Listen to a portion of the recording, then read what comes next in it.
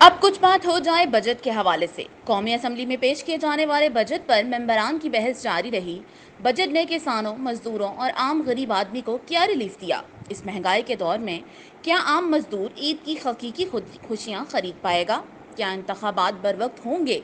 इसी हवाले से जब anchor person prime star news HM Fayaz ने मेंबरान कौमी असम्बली से पूछा तो इनका क्या कहना था, इस हवाले से मजीद जानिए एंकर पर्सन HM फयाज की इस खसूसी रिपोर्ट में।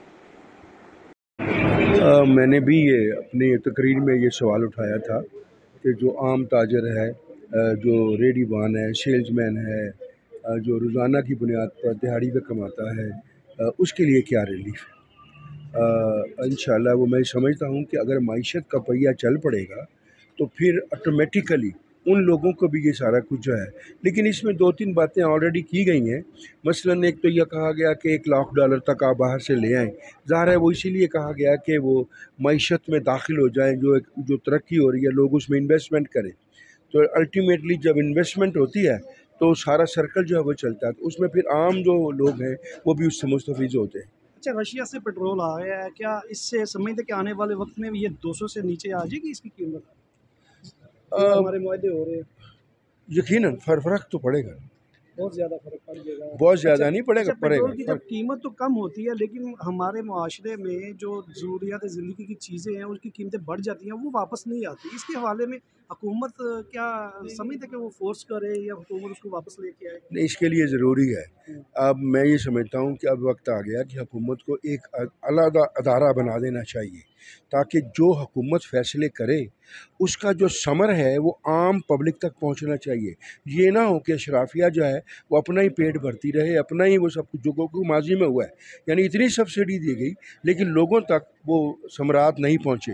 वो लोग जो बड़े बड़े लोग हैं वही उसको उठा के ले गए। देखें, मौजूदा जो बजट है ये बेहतरीन इसलिए है कि इसमें किसी किस्म का गरीब के ऊपर बोझ नहीं डाला गया। और उसके बाद आपके सामने है कि जो जो गवर्नमेंट सर्वेंट है उनकी तनख्वाहें बढ़ाई गई हैं, ठीक है, और मसाइल को कम किया जा रहा है। आप पेट्रोल की कीमत को कम किया है, गैस की कीमत को कम किया है, और अभी आने वाले वक्त में कुछ दिनों बाद आप देखेंगे कि पेट्रोल की कीमतें और कम हो जाएंगी। तो जिस दिन से ये मौजूदा हुकूमत बरसर इक़्तिदार आई है वो आवाम के मसाइल को कम करने में लगी हुई है और ईमानदारी से दिन रात काम कर रहे हैं। तो इंशाअल्लाह ताला मज़ीद जो है वो आप देखेंगे इसमें लोगों के लिए आसानियाँ जो है ना वो पैदा होंगी। इलेक्शन तख़ीर का शिकार तो नहीं होंगे? नहीं नहीं, मेरा ख्याल इलेक्शन ना तख़ीर का शिकार होंगे और ना होने चाहिए। इलेक्शन बर वक्त होने चाहिए और ये मेरे नवंबर में बनेगी डेट इसकी, क्योंकि 3 माह के लिए हुकूमत ने आना है, 12 अगस्त के बाद, ठीक है जी, 3 महीने के लिए आएगी। तो 12 नवंबर तक होगी वो, उससे पहले इलेक्शन हो जाएगी। बहुत